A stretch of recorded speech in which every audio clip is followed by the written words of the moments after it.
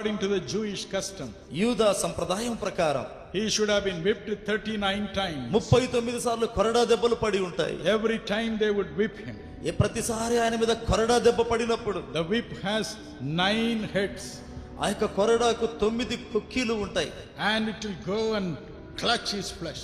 ఆ కొక్కీలు వెళ్ళి ఆయన యొక్క ఖండ మాంసములోనికి And ప్రవేశిస్తాయి. then he will pull it out. ఆ కొరడాను లాగినప్పుడు It will pull out the flesh in his body. ఆయన శరీరములోని మాంసమును లాగివేస్తాయి. How much it will pain. ఎంత నొప్పికరమండి. Multiply 9 by 39. 39ని 9తో లెక్కించి చూడండి.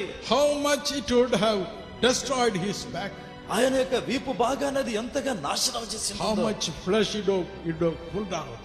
ఎంత మాంసాన్ని లాగివేసి ఉంటుందో. But the Bible says, అయితే బైబిల్ చెప్తుంది in Isaiah 53 and verse 7, యెషయా 53:7 ప్రకారం he never screamed. ఆయన కేకలేయలేదండి. Never screamed in pain. ఆయన నొప్పితో అరవలేదండి.